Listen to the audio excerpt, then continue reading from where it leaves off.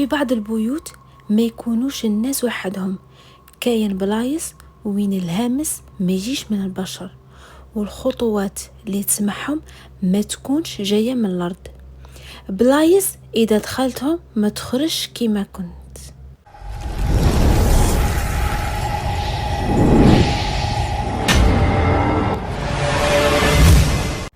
سلام، ان شاء الله تكونوا كامل بخير وعلى خير وانتم تسمعوا في القصة تاع اليوم. القصة تاع اليوم حقيقية 100%. ما تنسوش كما العادة نصلوا على رسول الله عليه الصلاة والسلام، واذا عجبتكم القصة ديروا لي جيم او كومنتير باش يشجعوني شوية.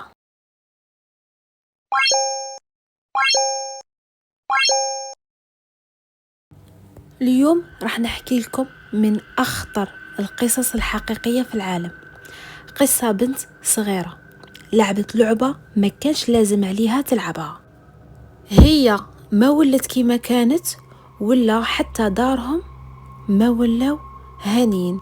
القضية هذه هزت إسبانيا كاملة، كي الشرطة كي الأطباء كي الناس قعدوا يشوفوا في الدار تتحول الجحيم قدام عينيهم.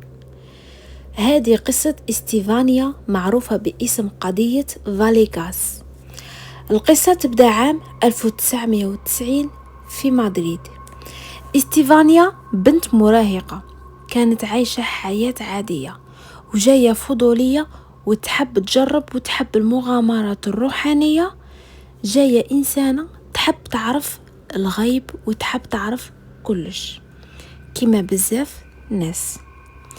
في واحد النهار هي وصحاباتها في المدرسة قرروا يجربوا جلسة استحضار الجن، قاعدين يضحكوا ويلعبوا وما عرفوش واش راح يصرى ولا اللي راح يجلبوه ما يتبلعش بالسهولة. استيفانيا كان عندها جد مريض يحتضر على فراش الموت في المستشفى. هو كان راجل قاسي جدا، ما يعرفش معنى العائلة ولا حب العائلة، إنسان قاسي يعرف غير يزكي ويعيط عليهم، ما كانوش يحبوه، وهو تاني ما كانش يحبهم على خاطرش كان قاسي معاه. وهو يحتضر قرب عند استيفانيا حفيدة تاعه وقال لها في ودنها إذا ما درت لكم والو في هذه الدنيا راح ندير لكم الشر في الحياة الجاية.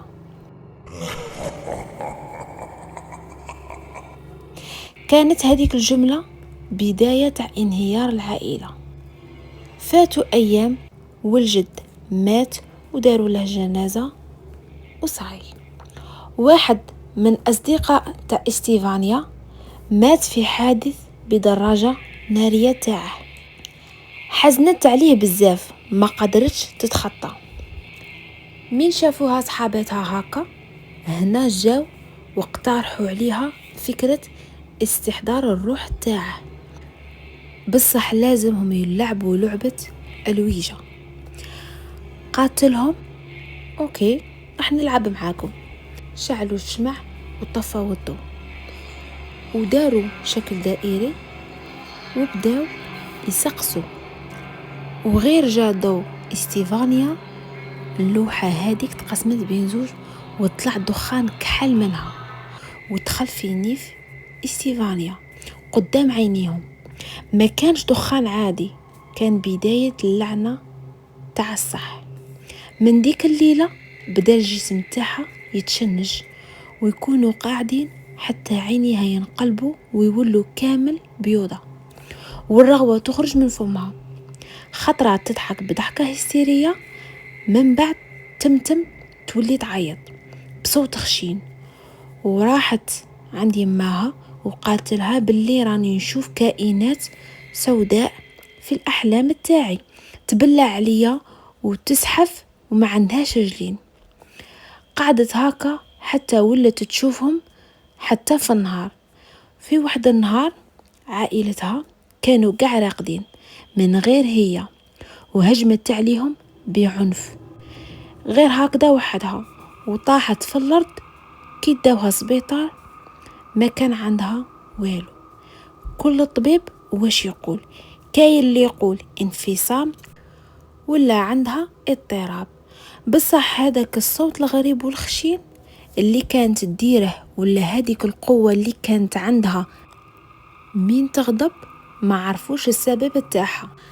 في أغسطس عام 1991 حالتها زادت ودخلت في أسوأ النوبة. قالت لهم راهم جايين على خاطري، وقعدت تصرخ وتعيط وطاحت في الأرض وعينيها تقلبوا والرغوة تخرج من فمها. بعدها ماتت وهي في عمرها 19 سنة. ماتت موتة غامضة، حتى الأطباء ما لقاوش التفسير. هي ماتت بصح الرعب ما حبسش. مور ما دفنوها يماها بدات تحس ان البيت ما ولاش نفس البيت. الصور تطيح وتتكسر بلا سبب، يسمعوا اصوات همسات، خزانة القش كيما راهي تهتز كل ليلة، والصليب اللي كان في بيت استيفانيا يتقلب ويقعد يدور. واحدة المرة كانوا قاع راقدين وتفتحت الطاقة بقوة وطاحت صورة استيفانيا. نادت الأم وجات تجري، دخلت لشومبرتها وشافت صورة تاع بنتها طايحة في الأرض. من رفدتها شعلت بالنار، قاستها من يدها، وفجأة الصليب هذاك قعد يدور ومن بعد حبس مقلوب. وقعدوا يسمعوا آنين وصرخات من الحمام جاية. اختها حلفت لهم باللي شافت كيان مظلم يزحف، وقالت لهم خطرات نكون راقدة نحس بيد باردة تشدني ومن بعد تنحي لي الغطاء. عياو بزاف عائلتها، ما خلاو روحانيين، ما خلاو رجال دين، ما خلاو والو. في ليلة 27 نوفمبر 1992 وصل الرعب هذاك إلى الأب تاعها. ناضي يعيط بكامل جهده وهو في التليفون مع الشرطة ويقول لهم داري مسكونة وراني في خطر. كي وصلوا الشرطة لقاوهم قاعدين برا وكان وقت البرد. كي دخلوا الشرطة للدار واللي شافوه كان أشهر تقرير في تاريخ شرطة مدريد. الباب الرئيسي تاع المنزل تفتح وحده وهما متأكدين باللي غلقوه من دخلوا. حس قوي الفوق وهما وحدهم التحت وكامل في الدار. صليب تقلب وحده قدام عينيهم ومن بعد قعد يدور، وفجأة ظهروا 3 خدوش حدا الصليب في الحيط. من بعد المفتش شاف ضل إنسان واقف في النهاية تاع البيت، من بعد اختفى فجأة.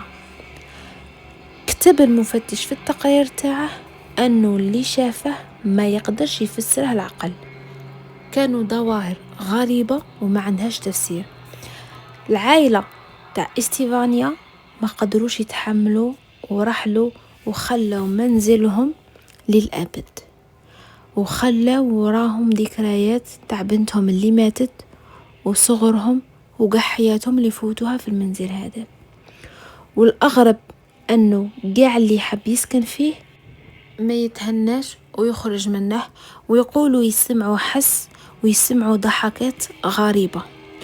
وهكا تحولت قضية استيفانيا إلى قضية فاليكاس، واحدة من أبشع وأغرب القضايا رعب في إسبانيا. والدليل عنا أن اللعب بعالم الآخر قادر يفتح لك باب ما يتغلقش. حتى قصتها كانت إلهام مباشر لفيلم الرعب الإسباني فيرونيكا. وهنا كملت القصة تاع اليوم. إذا عجبتكم القصة خلوا لي رايكم في الكومنتات، وابوني.